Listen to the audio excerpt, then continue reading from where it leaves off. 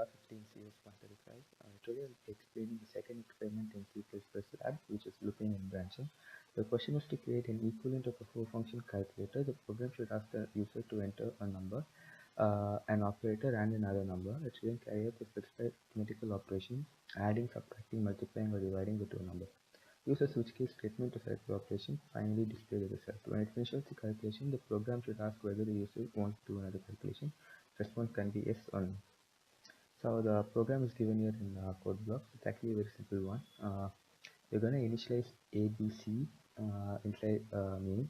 We're going to initialize character D in main, and now we're going to display enter the operation, and using C we're going to enter A, D, and B.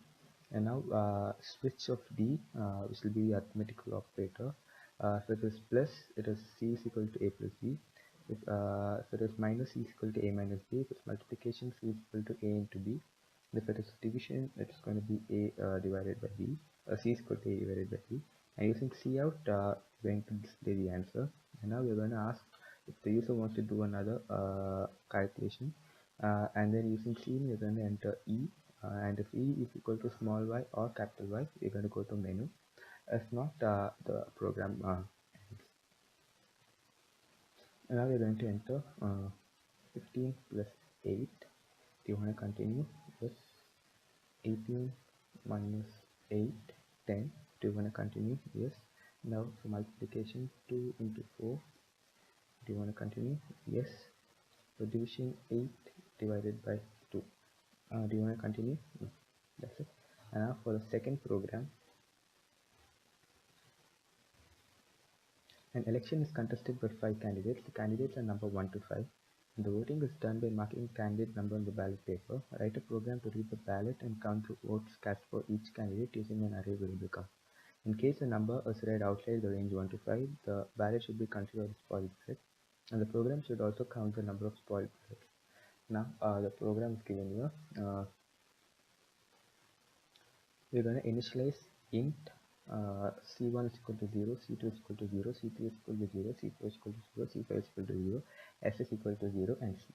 These are candidates 1, candidate 2, 3, 4, 5, and S is spoiled. And now we're going to initialize character O. And now do you want to vote? And the response is vote. If vote is equal to capital Y, C out, using C out and C in, we're going to get the choice of the candidate. Switch C, case 1, C1 plus plus, case 2, C2 plus plus, case 3, candidate 3 plus plus, case 4, candidate 4 plus plus, case 5, candidate 5 plus plus. And for default, we're going to increment the spoiled. And while vote is equal to small y, election is over. Candidate 1, C1, candidate 2, C2, candidate 3, C3, candidate 4, C4, candidate 5, C5, and spoiled vote S. We're now going to execute the program.